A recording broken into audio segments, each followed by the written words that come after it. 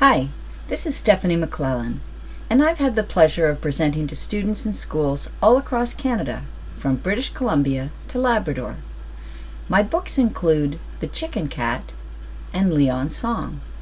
I've also written 2 books called Hoogie in the Middle and Tweezle into Everything about little monsters called Hoogie, Tweezle, and Pumpkin.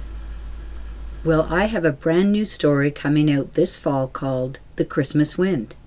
This story is so new that there aren't even final pictures for it yet.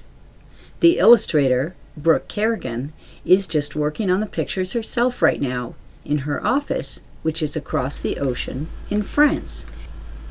I thought it would be fun to engage you in a little experiment which is kind of like a combination of time travel and fortune telling. In other words, it's a combination of traveling back in time in order to tell the future. The only qualification you'll need to take part in this experiment is a powerful imagination. Let me explain what I have in mind. As I've said, while the illustrator for The Christmas Wind is working on ideas for the pictures in this book, they're all in her head right now, and I haven't seen any of them. So right now, at this point in time, all that exists are my words. I say time travel for this reason. Everyone today is connected. It's easy to watch a movie or TV program anywhere, even on our phones. But as you may know, it didn't used to be this way. Not really so long ago, there wasn't even such a thing as television. I grew up with a TV, but kids even just 10 years older than me didn't. When I went to university, I used a typewriter because personal computers didn't even exist then.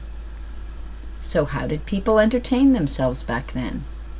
Well, they read books, and they went to movies and plays, but they also entertained themselves with radio shows.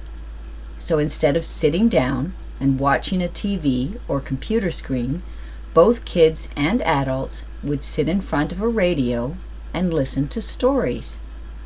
Now, as you know, a radio only makes sound, not pictures, so they had to imagine the pictures in their heads.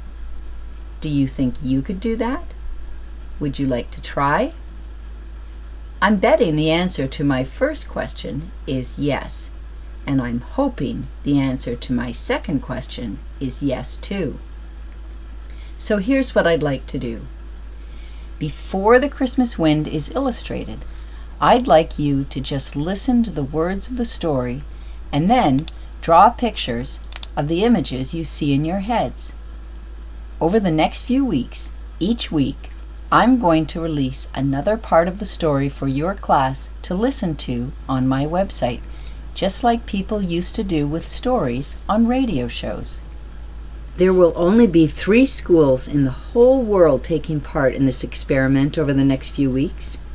One in a small Newfoundland town called Pollard's Point, one just down the road from me in Newmarket, Ontario, and one across the ocean and thousands of miles away from me in Melbourne, Australia. Only your school and these other 2 schools will have secret access to these recordings that the average person won't. It's in a secret area of my website that only your school and the other 2 schools will be able to access.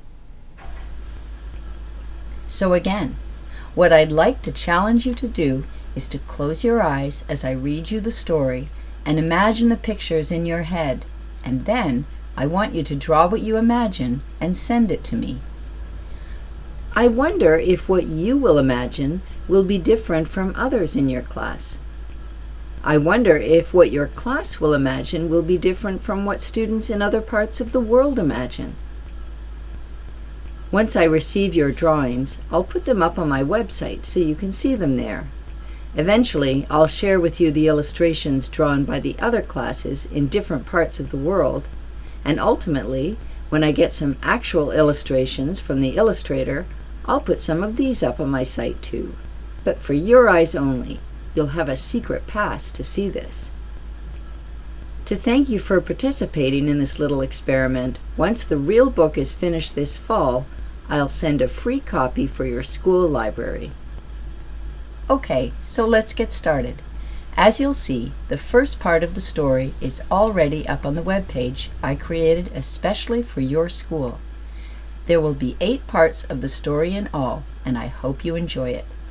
To hear the first part of the story, just click on the button that says The Christmas Wind, Part 1.